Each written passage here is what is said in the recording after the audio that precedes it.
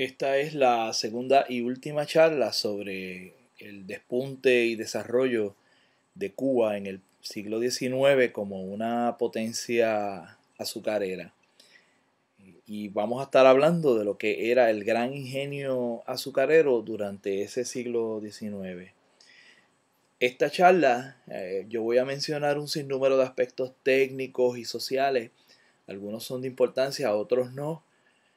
Lo que quiero es que capten la idea de ese gran desarrollo tecnológico y que visualmente puedan apreciar cómo era que se manifestó. Hay algunas cosas que ya hemos cubierto, otras que no, y vamos a puntualizar. Estoy basándome en un estudio que se hizo en 1857 por Justo Cantero, uno de los sacarócratas de la época, a quien la Asociación de Plantadores le comisionó el desarrollo de un trabajo sobre los ingenios. Y estos fueron ilustrados por un francés, Eduardo Laplante. Por lo tanto, podemos apreciar cómo eran los ingenios en esa época en Cuba. Interesantemente, el libro comienza con esta lámina que es sobre el puerto de La Habana, y allá al fondo, en una hilera de edificios de dos aguas, se encuentran lo que se conoce como los almacenes de Regla.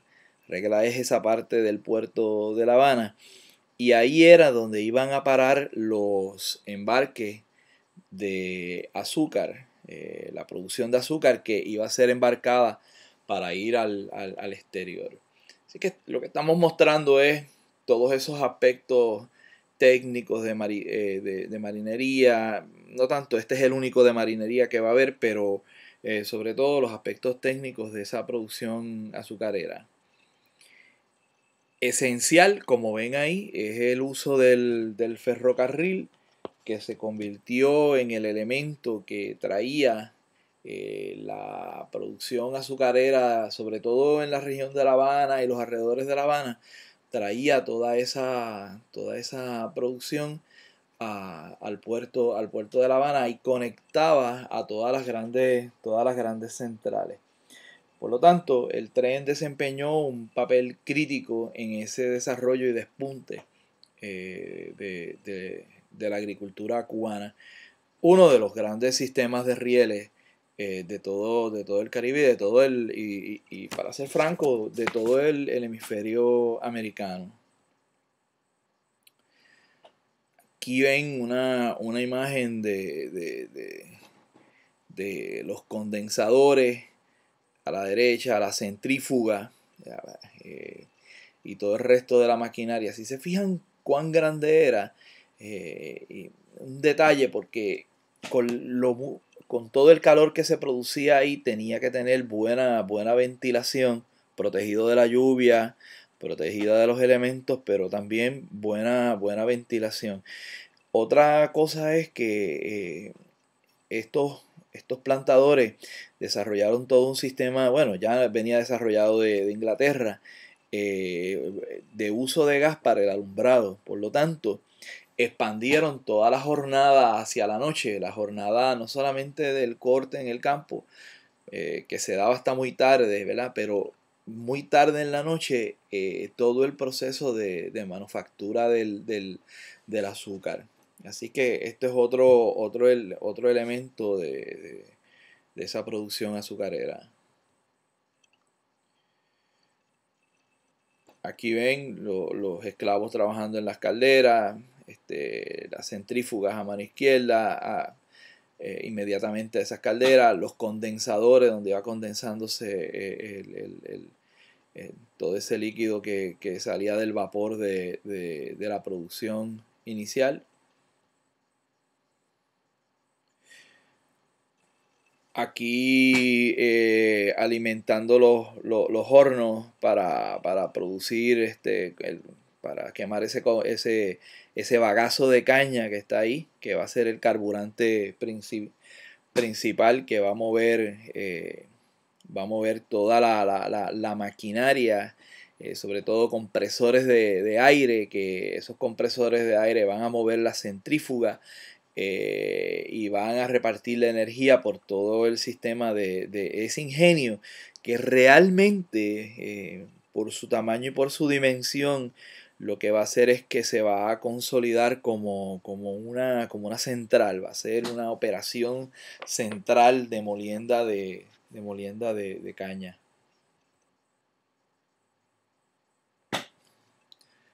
¿Qué otra imagen de el trabajo dentro del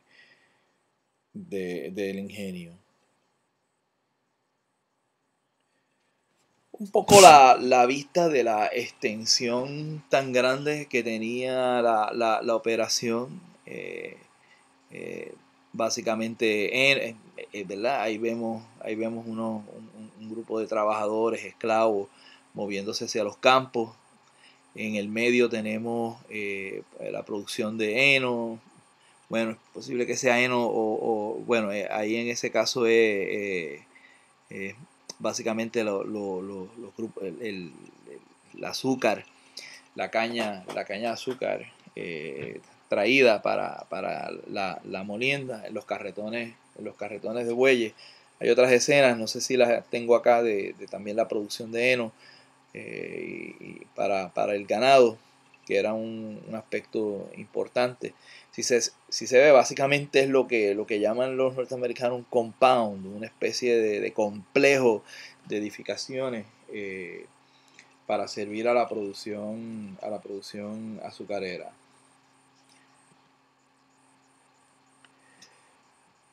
Aquí algunos detalles de la arquitectura a mano izquierda. Bueno, ahí ven una especie de torreón y a mano izquierda unas casas regulares. Posiblemente esos sean los barracones donde vivían los esclavos.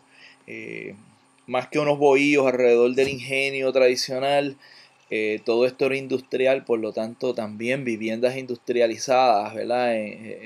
La misma fachada, rectangulares, para que vivieran los esclavos. Hay un detalle con el que tengo que tener un poco de cuidado porque con este asunto yo tengo algunas diferencias, pero se da en todo el análisis que se da sobre este periodo en Cuba. Dice que en este momento los plantadores, los sacarócratas, eran básicamente esclavos de sus esclavos, dependían de los esclavos para la producción. Por lo tanto, debían de tratarlo mejor a como lo trataban antes. Y muchos de estos ingenios tenían lo que ahora llamaríamos un nursery, un kindergarten, y ellos le llamaban criadero, pero como si fuera criadero de animales, ¿no? Criadero de criollos, con su negrada para atenderlos. Y estoy casi citando literalmente del libro de Cantero. Eh, y dice Cantero y otros observadores de la época que con este buen trato a los negros, a sus niños, a los niños criollos, es decir, de hijos de esclavos que han nacido ahí en Cuba, se podía también asegurar un aumento en la producción de negros para el siguiente año. Es decir, esto también era un sistema no solamente para tratarlos bien, para que pudieran trabajar mejor en esas jornadas alargadas, pero sino que también pudiesen reproducirse de una manera adecuada. En algunos de estos ingenios, según relata Cantero, el barracón tenía su cocina, tenía una enfermería y a diferencia de lo que va a pasar en Puerto Rico, donde le van a dar bacalao, en muchas de estas, por lo menos el discurso de los plantadores es que le van a dar arroz, los frijoles negros, claro está, pero también le van a dar tasajo, ya lo sabemos, pero le van a dar vaca y puerco fresco, es decir, carne de cerdo, carne de res para alimentar a sus esclavos. Esta es la última lámina que le voy a presentar sobre eso y voy a hacer un comentario porque este punto es bien importante. Si ven allá a la izquierda, ven unos árboles talados. Y el desmonte, la deforestación fue uno de los aspectos más significativos del proceso de expansión de los ingenios en Cuba. Y quisiera leerles del libro Archivo de los Pueblos de Mar de Antonio Benítez Rojo lo que dice sobre este particular. Dice, la nueva unidad de producción recibe el nombre de Central, atendiendo la consolidación de grandes extensiones de tierra alrededor de una maquinaria de mucho mayor productividad. El ritmo de la deforestación aumenta. Un testigo de la época afirma: los desmontes se hacen en la isla de Cuba derribando primero los árboles pequeños y los arbustos con el machete y luego los corpulentos árboles con el hacha. Se troza a los troncos, se amontonan las ramas y al cabo de algunos días se aplica fuego a estos despojos. Así se sacrifican todos los árboles y caen bajo el hacha exterminadora para luego ser devorados por las llamas robustas, ácanas y caobas, corpulentos cedros y sabicúes, antiquísimos chicharrones y guayacanes y otros árboles de madera preciosísimas que el fuego consume en pocos días. Los cortes de leña van para los ingenios para hacer carbón. De resultas de esta tala asoladora y del sistema imprevisor que la dirige, se ven transformadas en llanuras estériles y abrasadas, terrenos antes pingües y frondosos. Continúa Benítez Rojo y dice, siglo y medio después añade un reputado historiador del azúcar, y les voy a leer, y este texto es de Moreno Fraginals. Dice, la quema de la floresta cubana fue espectáculo cotidiano de los campos. El topónimo quemados, solo o en nombres compuestos, aparece en los mapas cubanos como el más numeroso de la isla. Donde quiera que su nombre señala, hay el recuerdo de un bosque en llamas.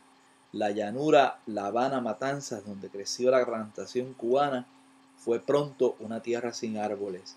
La muerte de los bosques fue también a mediano plazo la muerte de la fabulosa fertilidad de la isla. Talados los árboles, sembrada la caña en el humus acumulado en siglos, las primeras cosechas ofrecieron rendimientos asombrosos. Después decrecía la producción, aumentaba la terrible erosión de los suelos y se secaban miles de arroyos. Todo esto en ese proceso de la transición de 1850 en adelante, que viene precedida por el uso del ferrocarril. Ferrocarril La Habana-Güines en 1837. En ese momento el cuarto del mundo va a conectar una gran cantidad de ingenios. En 1860 hay 1.365 ingenios, la mayoría movidos, mecanizados y movidos por el vapor, y un proceso de desmonte y quema anual de más de 54.000 hectáreas de bosque. Un impacto absolutamente extraordinario para mover ese sistema que, como vieron, está absolutamente mecanizado. Molinos ingleses, centrífugas francesas e inglesas, bombas de aire, carbonera, una extraordinaria arquitectura que en algunos casos tenía sus campanarios, sus torres, sus chimeneas y el compuesto, el complejo de edificios que componía el ingenio azucarero. Así, Cuba se convirtió en la más importante potencia azucarera del Caribe, cosa que hay que tener en mente porque toda la política del siglo XX en el Caribe va a girar en torno a quién va a controlar la producción azucarera y cómo se va a dar.